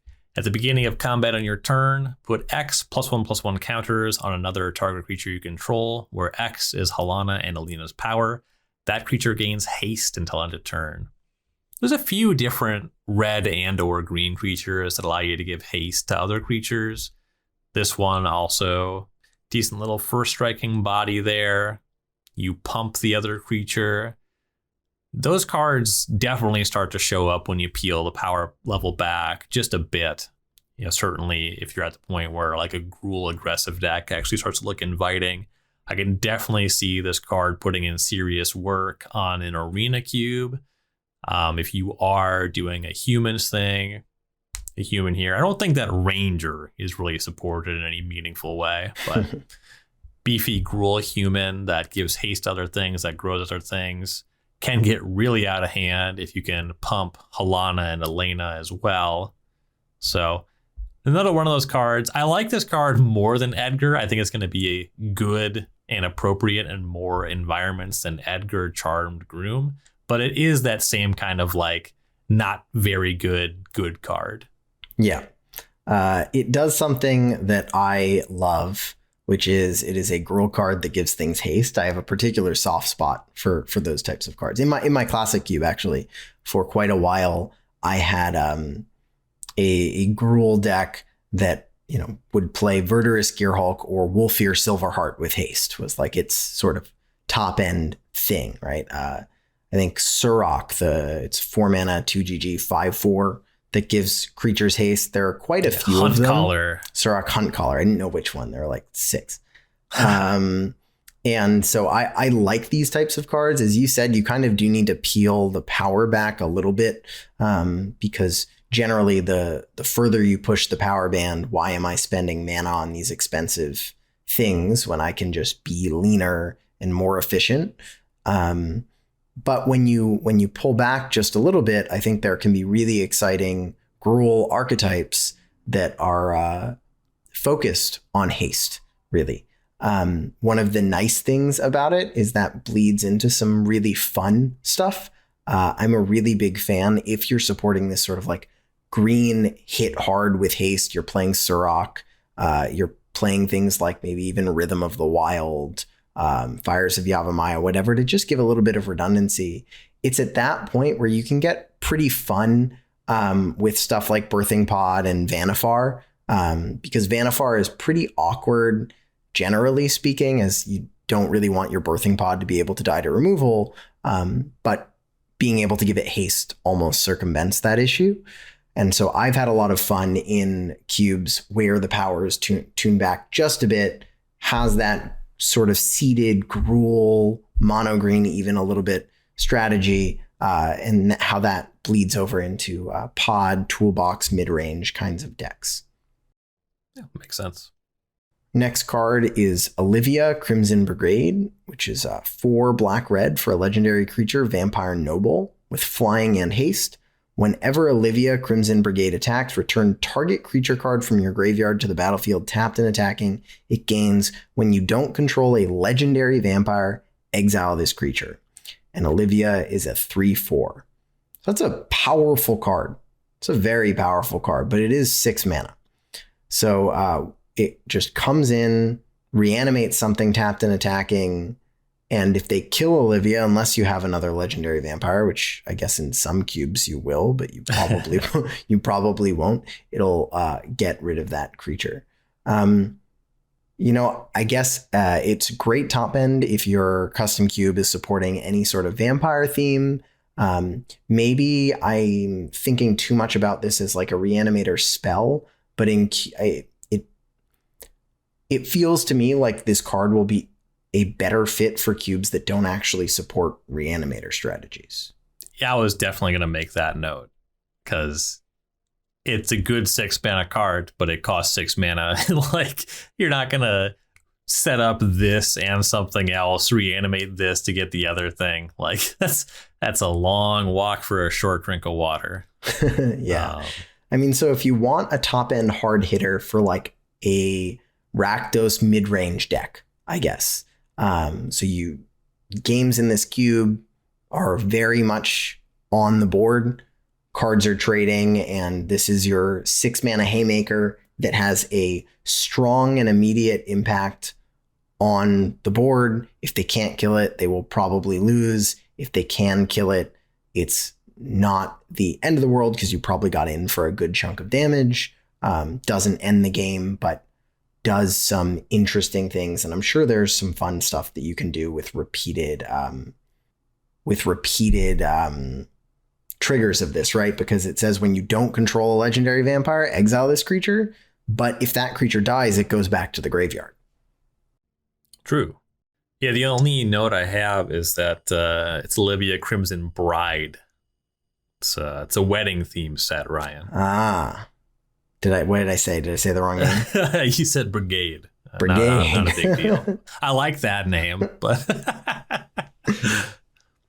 next we have Tauren's Fist of the Angels, 1 green white 2/2 legendary human cleric with training.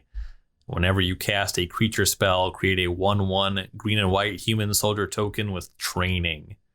So this is like just another 3 mana green and or white creature that slowly commits you more to the battlefield. This one asks you to cast additional creature spells. That's why it's not going to be classically powerful. If you're playing a deck full of creatures, which means a deck a bit vulnerable to sweeper effects, this just kind of asks you to play further into it. It's not like a Goblin Rabble Master or even a Brib Maz or an Adelian where it will just make more tokens on its own. It's kind of asking a lot of you to do that. But if we're talking about a custom cube, we have a human, we have a cleric. Those are both types that can matter. You have training, gives you +1/+1 counter themes. And if it's an environment that doesn't really have so much in the way of sweepers, then you're going wider with these training tokens as well. And you can build up a really nice army over time. So I can see this being a meaningful addition to a cube that's just about wide battlefields and doesn't want you to have too powerful individual army in a can type cards. Pretty specific, but there's likable stuff about this card. Yeah, exactly. Like you're going for a Selesnya tokens theme, but you're going for a Selesnya tokens theme in a cube in which you don't want to play your gold card as, I don't remember what it's called. It's the 5 mana, it's a 1/4 that makes 2 things with lifelink. It's an anthem for your board. Tristani Discordant. Tristani Discordant. Yeah. Yep. That one. If you haven't figured it out, I'm pretty bad with card names. We'll get through this. I know a lot of cards. Good. I even know Matenda Lion. Yeah, so if Tristani Discordant is like too much of a top end hard hitter probably for your cube, but you still want these sort of go wide strategies that, they have different pieces, right? Tristani is everything, right? It's your top end threat. It is multiple bodies. It is your anthem. Have it be a little bit less powerful. Have the games be on the board. I'm sure Torrens will be a good fit in any Selesnya tokens cube that fits that bill. Mm-hmm. All right. Our next card is Vilespawn Spider, which is a blue-green for a spider with reach. At the beginning of your upkeep, mill a card. This is not optional as a note. And it has an activate ability for 2 green-blue. Tap and sacrifice Vilespawn Spider. Create a 1/1 green insect creature token for each creature card in your graveyard. Activate only as a sorcery. And it's a 2/3.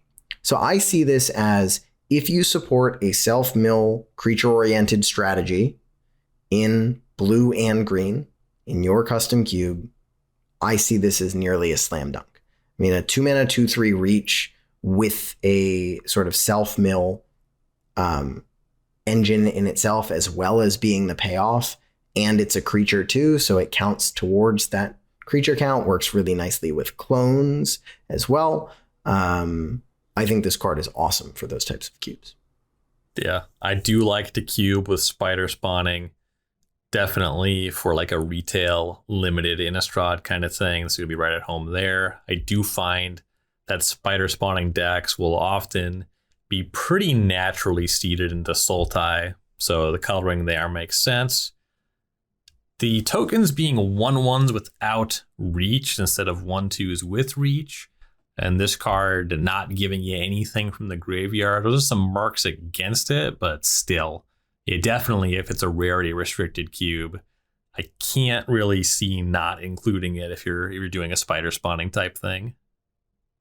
Yeah, I mean, if your power band is skewing higher and your removal is so efficient that that 2 mana 2/3 isn't an exciting body, I could certainly see shying away from this, even if you're supporting self-mill and blue-green.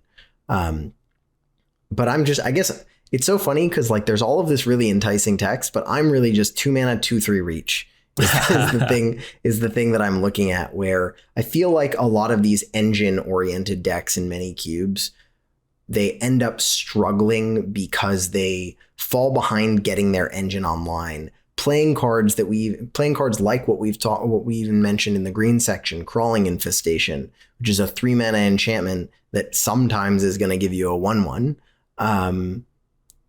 When you're playing cards like that to get your engine rolling, you can fall really far behind. And then once you have everything, it may not even matter. And so having a really efficient body that is all of the things that you want, that's the perfect way of making sure that the games play in a, with play patterns that are positive and enjoyable. Right.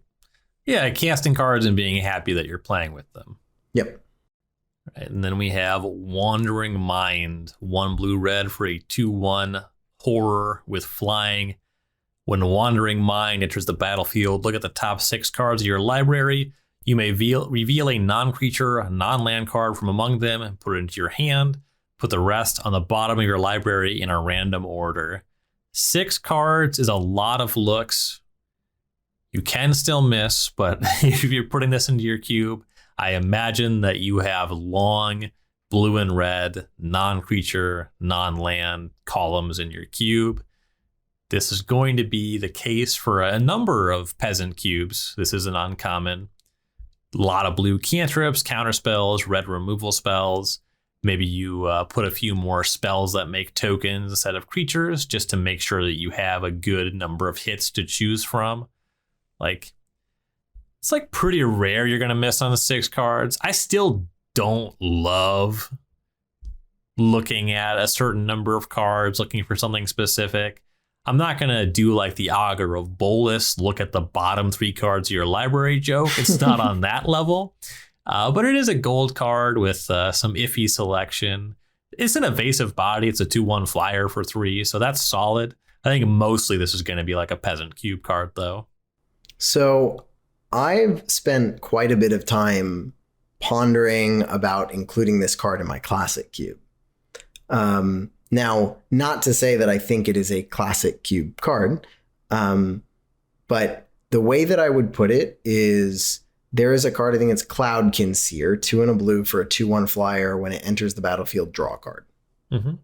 I think if your blue-red decks often have a low creature count and your cube would include that card in your blue section, then this is a very good card to look at for your Izzet section.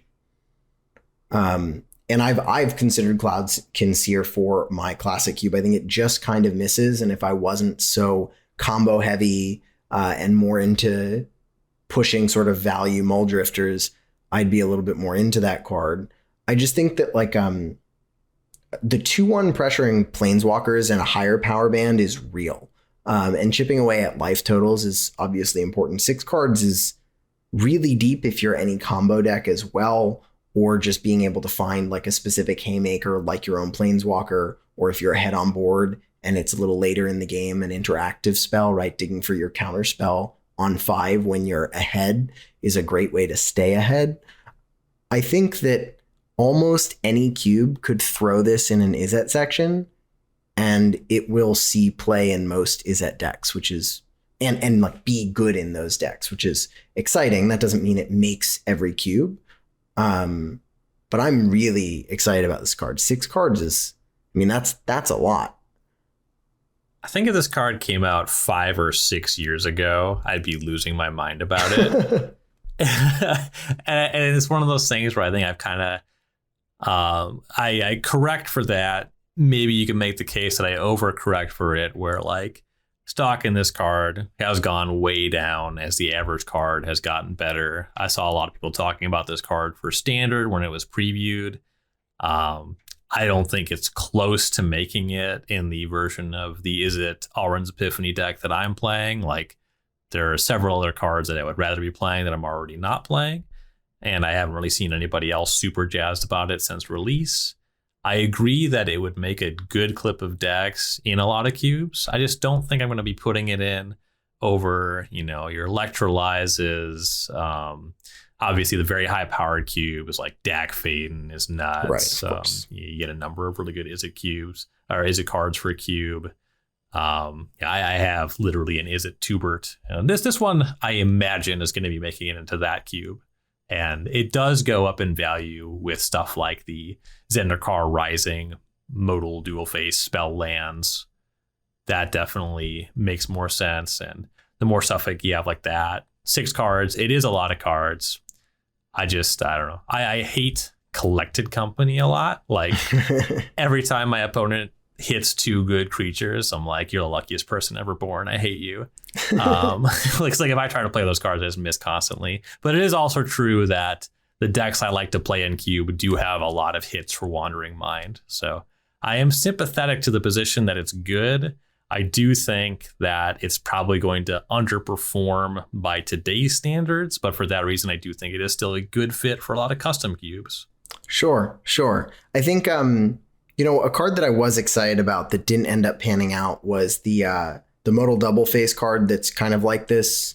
It's the 2 and a blue instant. Look at the top 6 for an instant or sorcery and put it into your hand. And this, adding my biggest, when I played that card, most of how I felt when I played it was if this said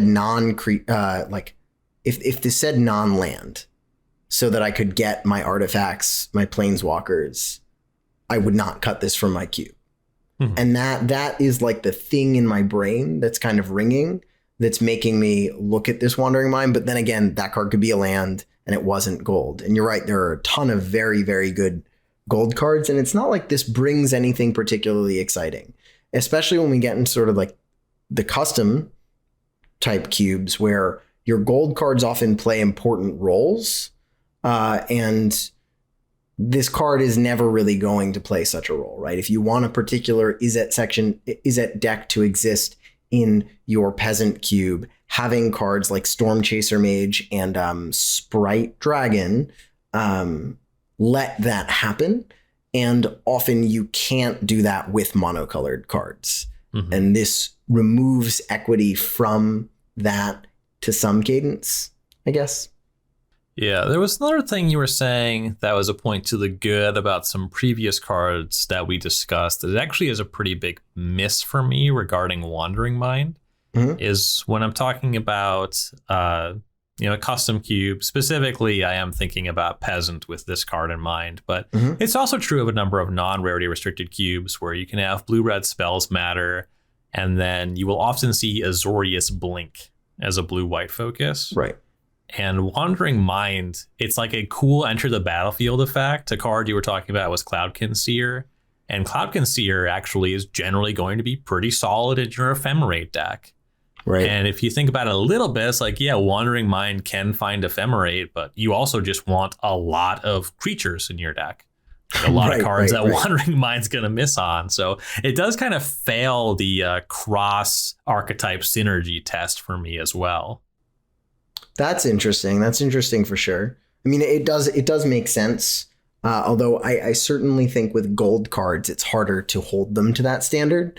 But that certainly is a compelling reason to play a gold card, which I don't think Wandering Mind, really brings to the table. I see it as it is a good card.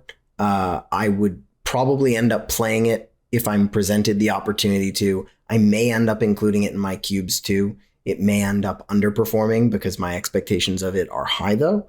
But it doesn't bring much to the table other than being a good value card for spell-oriented Izzet decks.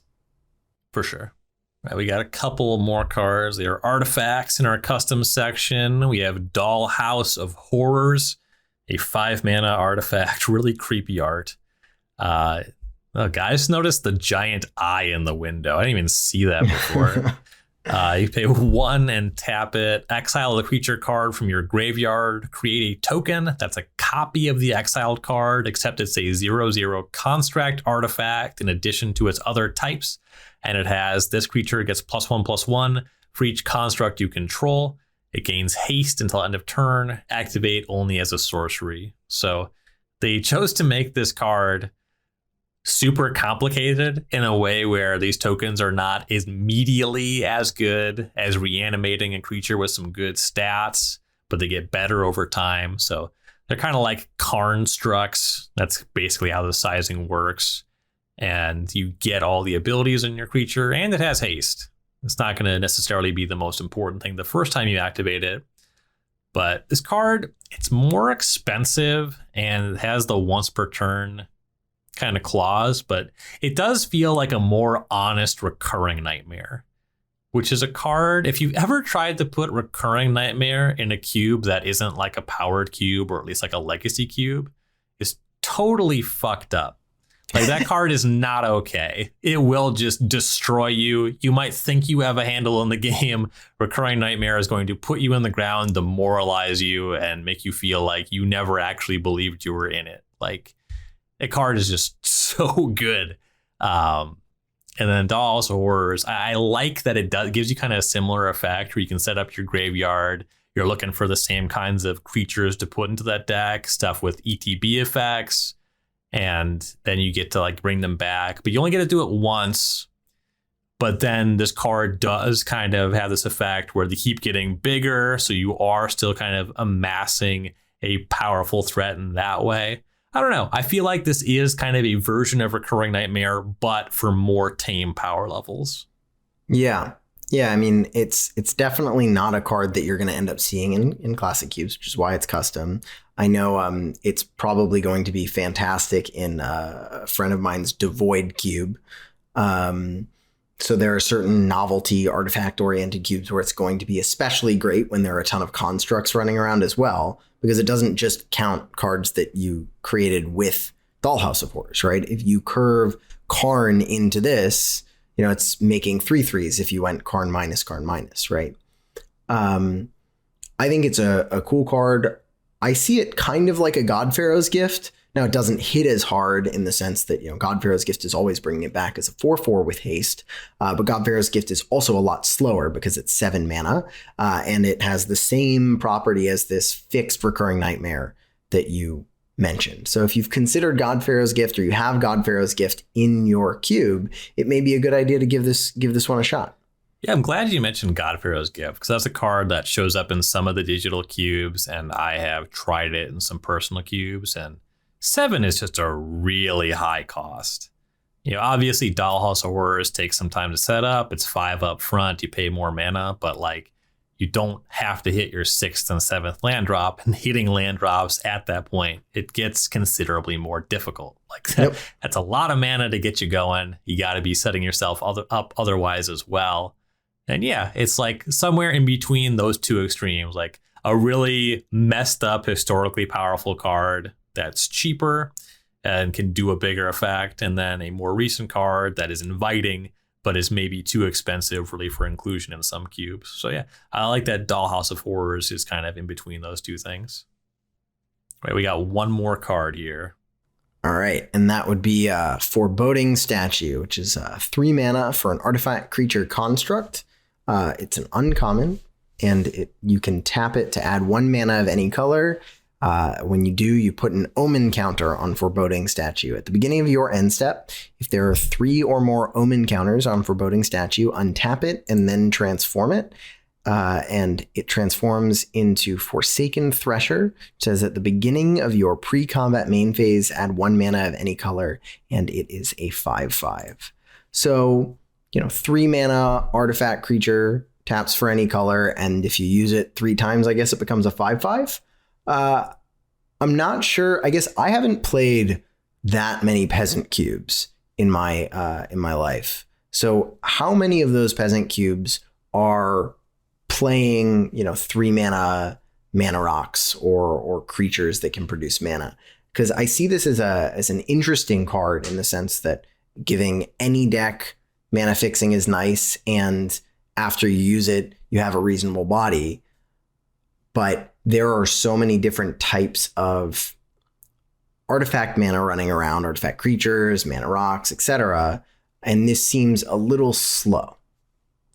Yeah, I mean, I definitely think that this is not quite powerful enough for most of the peasant cubes that I have played. I do think that you probably want the gameplay to be a little bit more about creatures attacking and blocking. Maybe you don't have all the best removal, draw spells, all that sort of stuff. I mostly just really like this card. I think it's just really cool. It's this kind of dorky mana creature that becomes this giant attacker, and that's a fun game piece. And I do think it is going to be maybe even a combination of rarity restricted and powered down, where this card actually really gets an opportunity to shine. I just think if this card is in somebody's cube, it's going to make me smile. That's mostly what I have to say about it. Sure. And there's, there are plenty of reasons to include a card for just that reason, right? You could have clearly any limited environment type of cube really trying to focus on positive gameplay patterns. And this one certainly does welcome that. It's really nice to have your mana dork be relevant later. One of the more frustrating parts of playing with mana ramp is when you're drawing a land when you don't need it anymore and you're looking at your mana dork wishing it was a more impactful card. Well, this one becomes one, and that's pretty nice. Mm-hmm. All right, so that is our last card from Innistrad Crimson Vow for our cube review. So this is the point where Ryan, if you have any additional comments on lands, artifacts, gold cards, or really just any general thoughts on the set. Now is the time. My overall thoughts on the set for Cube, I guess, is I think it didn't provide as much as some other recent sets, but it gave some really, really nice cards to explore sort of the band between the least powerful and the most powerful, right? We touched on this more last week, but there were cards that were, rares or mythics, so you don't play them in your pauper and your peasant, that were almost, powered down version of Rankle, I think was the example. And this can really help cultivate exactly the type of environment you want, right? Where you can sort of take a card that's very good but not too good. And this set seemed to be sort of chock full of that. And I'm really excited to see what that does for all the cubes out there. The other two general things that I've felt pretty excited about are the blood mechanic. I'm just a big fan of discard outlets and artifacts in general. And the cemetery mythic cycle, I think, is a huge hit for Cube. Not always classic, but again, we've said this over and over again. I just love good rate creature with, sort of one shot graveyard interaction as a really compelling card to put in your cube when your graveyard matters. Yeah, for sure. And I do think this is a good direction, definitely for filling out the wider range of custom cubes. And also just in terms of like standard design, I'm happy when we get sets that are not Throw a Veil Drain. That one was pretty tough mudding. I will say it is a little bit strange to me, and in some ways this set fell a little bit flat coming off of Innistrad Midnight Hunt, where the adversary cycle was like bonkers good and super cool for classic and custom cubes alike, really. And there's like definitely some toned down vibes coming into Crimson Vow, even off of Midnight Hunt. And that's a little strange to me. Like a lot of the good cards are just mid-range fine stuff, or if there's a really cool, good, unique effect, it's just like on a 6-mana card, which again, this is going to appeal to like the wider custom cube audience, but there were fewer total like really broadly exciting cards. And I think that was most pronounced in red. It's funny because we only have one classic card for red, one classic card for green, and like just the slow lands for the rest. But it was just felt the loudest looking at the red cards, where it's just like all these cards already exist and they're better. But anyway, some of that's probably just my red mage poking out. I do like red the most, and I just want the best for it. But that's going to do it for our Crimson Vow set review here on the 540. I am Ryan Overturf. You can find me at Ryan Overdrive on Twitter, and you can find my articles weekly on StarCityGames.com. I believe this week will be a breakdown of the updates to the Live the Dream Cube, which should be live on Magic Online right now. Ryan Saxe, where can we find you? Y'all can find me on Twitter at RCSax or at StarCityGames.com every Tuesday and Thursday, writing about the most recent limited formats. All right, definitely check out Ryan's stuff. Thank you so much for filling in to round of the set review. I believe we're going to have Ryan with us for at least a short while here on the podcast until Justin Parnell is able to join us again. So in the meantime, we're signing off for our set review, and we will see you next time.